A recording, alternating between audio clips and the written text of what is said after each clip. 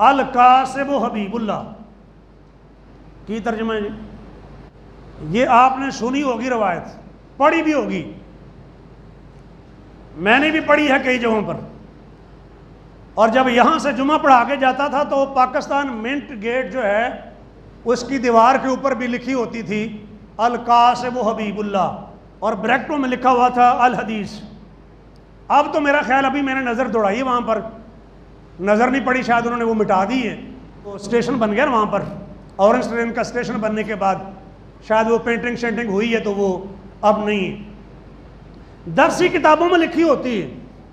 میرا بیٹا حافظ محسن یہ پڑھ رہا ہے پنجاب کالج میں، اس کی جو اسلامیات کی کتاب ہے نا، بچوں کی کتاب میں ذرا دیکھا کریں آپ کیا پڑھتے ہیں اور کیا پڑھایا جا رہا ہے.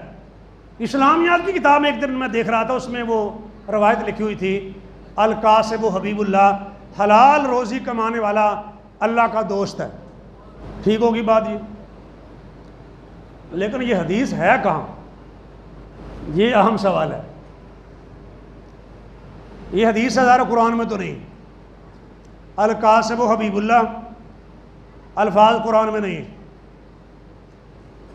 صحیح بخاری شریف، صحیح بخاری الحمدللہ میں نے 2 دفعہ چٹائی کے اوپر بیٹھ کر استاد سے پڑھی.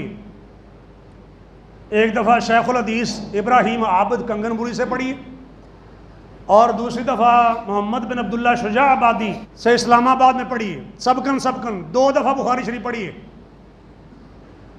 اور اپنے طور پر جو پڑھی ہے وہ کئی دفعہ الحمدللہ پڑھی ہے. اور گاہے گاہے جو مطالعہ رہتا ہے وہ رہتا ہے. بخاری شریف میں بھی نہیں.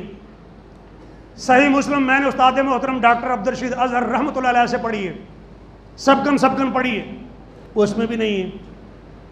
باقی بھی حدیث کتابیں الحمدللہ اساتذہ کرام سے پڑھی ہیں.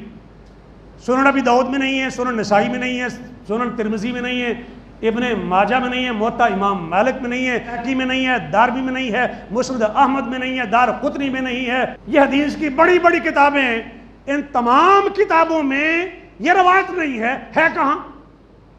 ہر کیف آپ لوگ پوچھ لیجئے علماء کرام سے. میں تو اتنی ہی بات کر سکتا ہوں جو میرے علم میں ہے. میرے علم میں آج تک یہ حدیث نہیں آئی، کسی بھی کتاب میں یہ حدیث موجود نہیں. یہ کوئی ایسی صحیح روایت موجود نہیں. ہاں مفہوم اس کا درست ہے. مطلب یہ ہے کہ جو لوگ حلال کماتے ہیں وہ اللہ کے نزدیک پیارے ہیں. یہ بات دیگر دلائل سے معلوم ہے.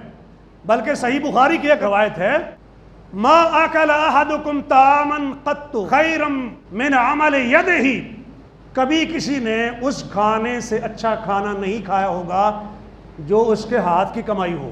وَإِنَّ نَبِيَّ اللَّهِ داود علیہ السلام کانا یأکل من عمل یدہ، حضرت داؤد علیہ السلام اپنے ہاتھ کی کمائی سے کھاتے تھے. قرآن میں ہے نا، اللہ نے ان کے لیے لوہے کو نرم کر دیا اور کہا کہ ان زرہوں کو بناؤ اور ایک اندازے کے مطابق ان کو جوڑو. وَقَدِّرْ فِي السَّرْدِ، یہ ہاتھ کی کمائی ہاتھوں سے جوڑتے تھے. فرمایا اللہ کہے کہ نبی اپنے ہاتھ کی کمائی سے کھا کرتا.